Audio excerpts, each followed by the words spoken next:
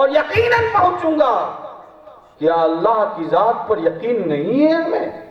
ارے میرے بھائیو، کیڑے مکوڑے کھانے والوں کے بچے آج آسمان میں ہواؤں میں اڑ رہے ہیں، اور غلامان مصطفیٰ کے بچے اگر محنت کریں تو کیا ملک کی ان کرسیوں پر نہیں بیٹھ سکتے؟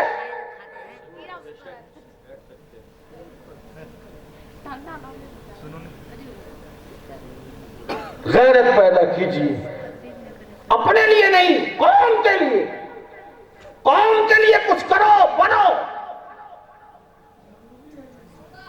صرف ٹیچر کی نوکری بس یہی کرنا ہے؟ تو ہی ناداں چند کلیوں پر قناعت کر گیا، تو ہی ناداں چند کلیوں پر قناعت کر گیا، ورنہ گلشن میں علاج تنگی داماں بھی ہے۔ ستاروں سے آگے جہاں اور بھی ہے، ستاروں سے آگے جہاں اور بھی ہے، ابھی عشق کے امتحان اور بھی ہے۔ آپ نے صرف انٹر پہ اکتفا کیوں کیا؟ یاد رکھو اور ٹارگیٹ کرو۔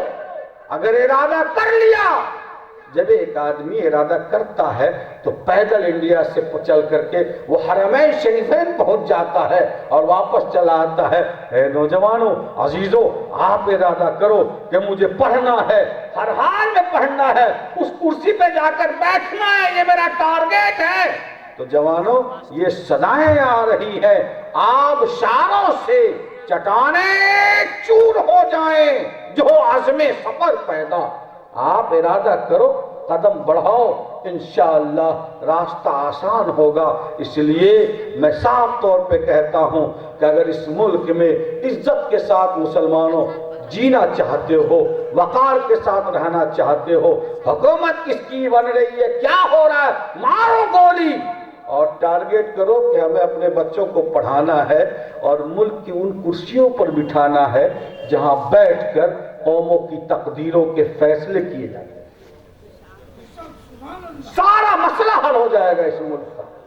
میں زبان دیتا ہوں آپ کو، 10 سال کا ٹارگیٹ کیجئے آپ۔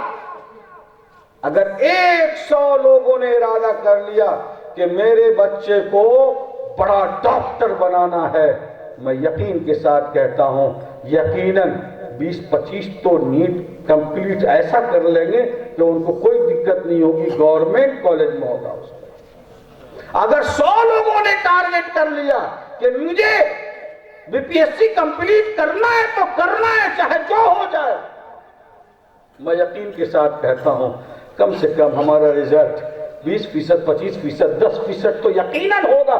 ایسا نہیں ہو سکتا کہ رزلٹ نہ آئے۔ ان اللہ عند ظن عبدہ بہ، اللہ تعالی اپنے بندوں کے گمان کے مطابق فیصلہ فرماتا ہے۔ آپ ارادہ کیجئے، لیکن شرط یہ ہے کہ اپنے بچے اور بچیوں کو ہر حال میں دارالعلوم صدیقیہ میں پہلے ایمان کی مرمت کروا دیجئے، اس کے بعد دنیا میں جہاں بھیجنا ہو اس کو بھیجئے۔ اعلیٰ تعلیم آپ کو میں بتاؤں کہ حضرت خارجہ عن زید، حضرت زید ابن ثابت رضی اللہ تعالیٰ عنہ کی روایت ہے، قال امرني رسول اللہ صلی اللہ علیہ وسلم ان اتعلم کتاب یہود۔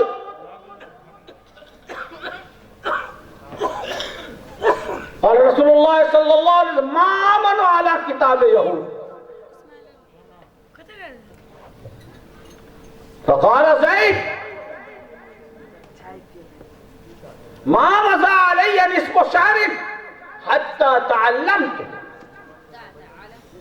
اور کما قال علیہ الصلوۃ والسلام، رسول اللہ صلی اللہ علیہ وسلم نے حضرت زید ابن ثابت رضی اللہ تعالی عنہ کو حکم دیا کہ یہ یہودی بہت شرارت کرتے ہیں، کیا لکھتے ہیں، کیا چھپاتے ہیں، کیا بتاتے ہیں، ان کی تحریر ہم اس زبان کو جانتے نہیں، پتہ نہیں کہاں الٹ پھیر کرتے ہیں۔ حضرت زید سے کہا کہ تم یہودیوں کے لکھنے پڑھنے کا طریقہ اور عبرانی زبان اس لینگویج کو سیکھو تاکہ وہ گڑبڑی نہ کر سکیں اور مجھ تک صحیح پیغام پہنچ سکے۔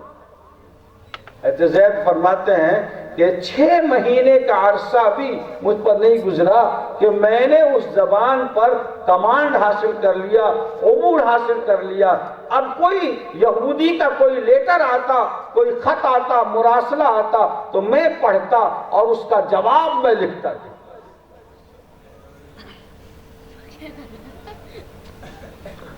جناب محمد رسول اللہ صلی اللہ علیہ وسلم نے اپنے چہیتے صحابی کو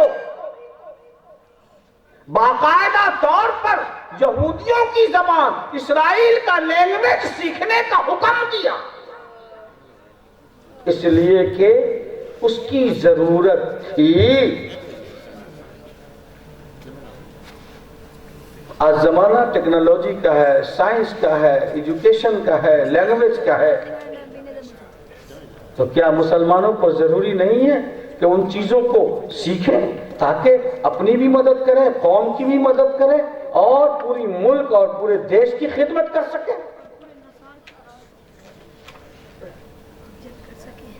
غزوہ بدر میں جن قیدیوں کو گرفتار کر کے لایا گیا تھا، رسول اللہ صلی اللہ علیہ وسلم نے فرمایا کہ جس کے پاس فدیہ نہیں ہے اور وہ قیدی پڑھا لکھا ہے تو ہمارے انصار جو مدینہ کے رہنے والے ہیں، بال بچے دار لوگ ہیں، گھر بار والے لوگ ہیں، قبیلے انصار کے بچوں کو پڑھا لکھا دو تو اس کا لکھانا پڑھانا، ایجوکیشن دینا تمہارے لیے چھٹکارے کے لیے فدیہ ہو جائے گا۔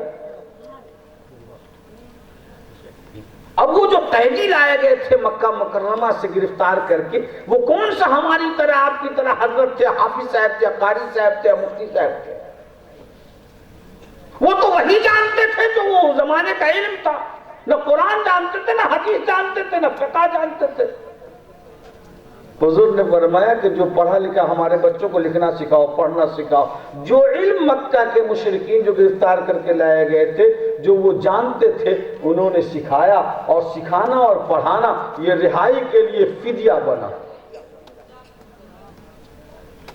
بس میرے بھائیوں، جس تعلیم کی ابھی ضرورت ہے، ہمیں چاہیے کہ ہماری قوم کو ایڈوکیٹ کی بھی ضرورت ہے، لائر کی ضرورت ہے، ججز کی ضرورت ہے، ایڈمنسٹریشن میں آدمیوں کی ضرورت ہے، آفیسر کی ضرورت ہے، اور ہم ہیں کہ صرف ٹیچر بن گئے، آ گیا کچھ ہرا ہرا، بات ختم، ہم تو ہو گئے توپ خان۔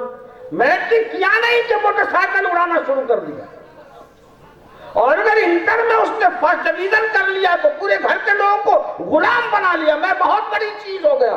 میں تو کتنی بڑی چیز ہوا، تو خاک ہے۔ یہ تو ہمارے نوجوانوں کی حالت ہو رہی ہے۔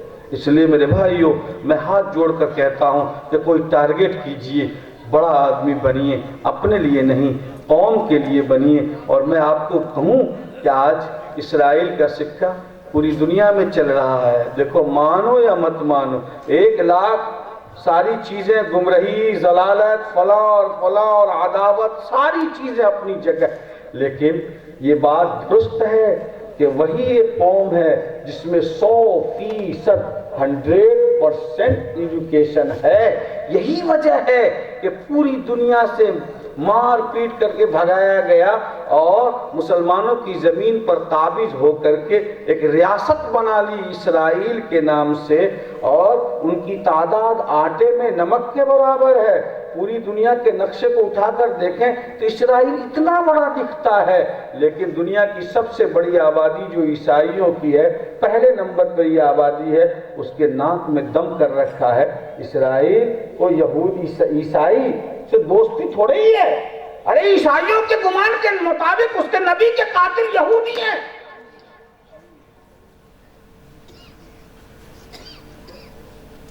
دوستی اس لیے ہے کہ اس کے پاس ایجوکیشن ہے، اس کے پاس دماغ ہے، تعلیم ہے تو تدبیر ہے، اور آج 2% میں رہ کے بھی پوری دنیا کے پالیسی پر ان کی پوری حکمرانی ہے، اور یہ بات کہی جا سکتی ہے کہ سپر پاور کا بھی کنگ میکر وہی لوگ ہیں جن کی تعداد پوری دنیا کے مقابلے میں 1-2% سے بھی کم۔ یہ سسٹم ہے، یہ دنیا دارالاسباب ہے، یہ دارالعمل ہے، اس سسٹم سے چلنا پڑے گا۔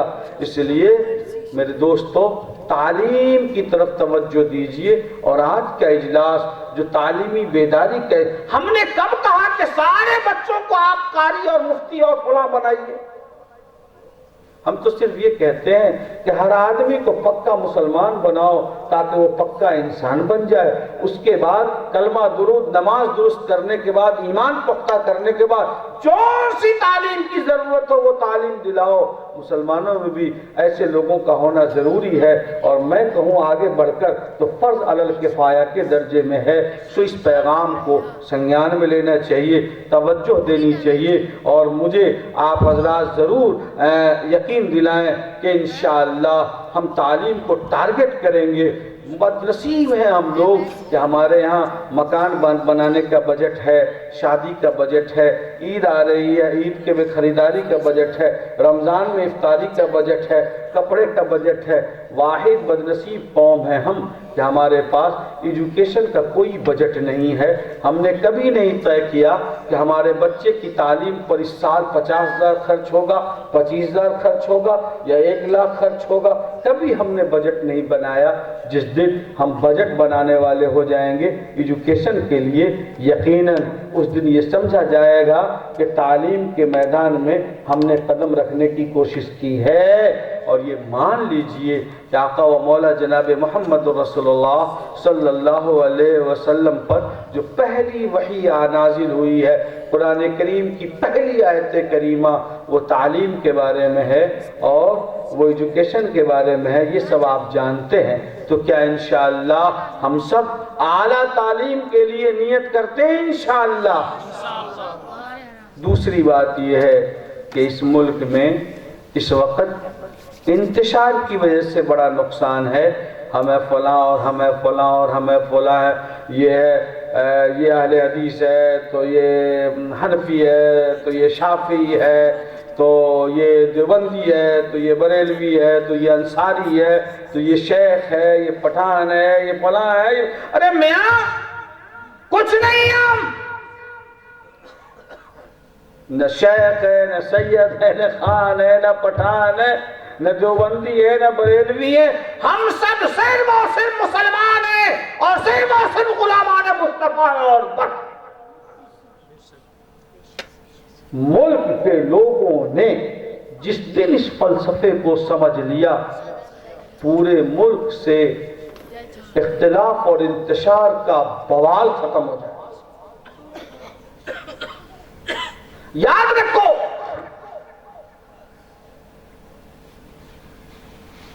مسلک صرف اور صرف عمل کرنے کے لیے ہے، مسلک تبلیغ کے لیے نہیں۔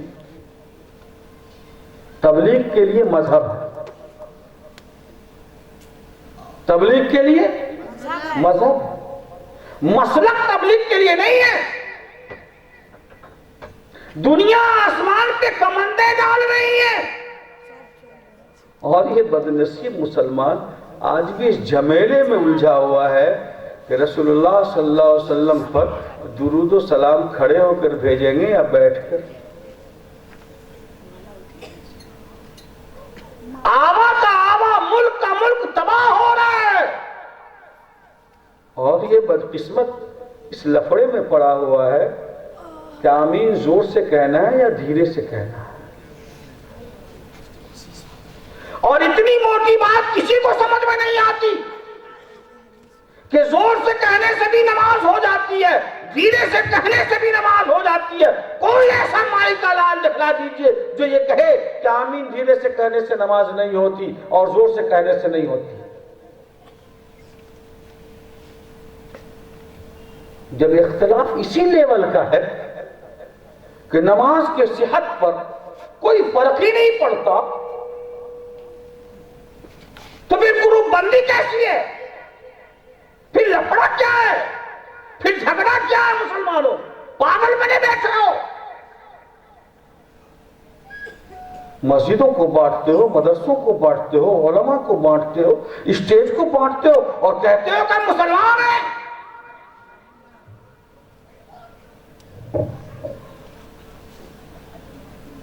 اور ستم والا ہے ستم یہ کہ برادریوں میں بٹتے ہو اور بانٹتے ہو اور کہتے ہیں کہ ہم غلامان مصطفیٰ ہیں.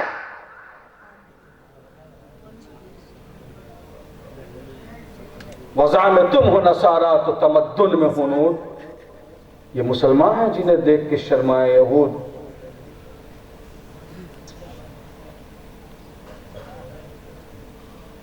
اس لیے یاد رکھیے مذہب بچے گا تو مسلک بھی بچے گا، اور اگر مذہب نہیں بچے گا تو مسلک کبھی نہیں بچے گا. مسلک عمل کے لیے ہے، تبلیغ کے لیے نہیں. تبلیغ کے لیے صرف اور صرف مذہب ہے. اس لیے میرے بھائیو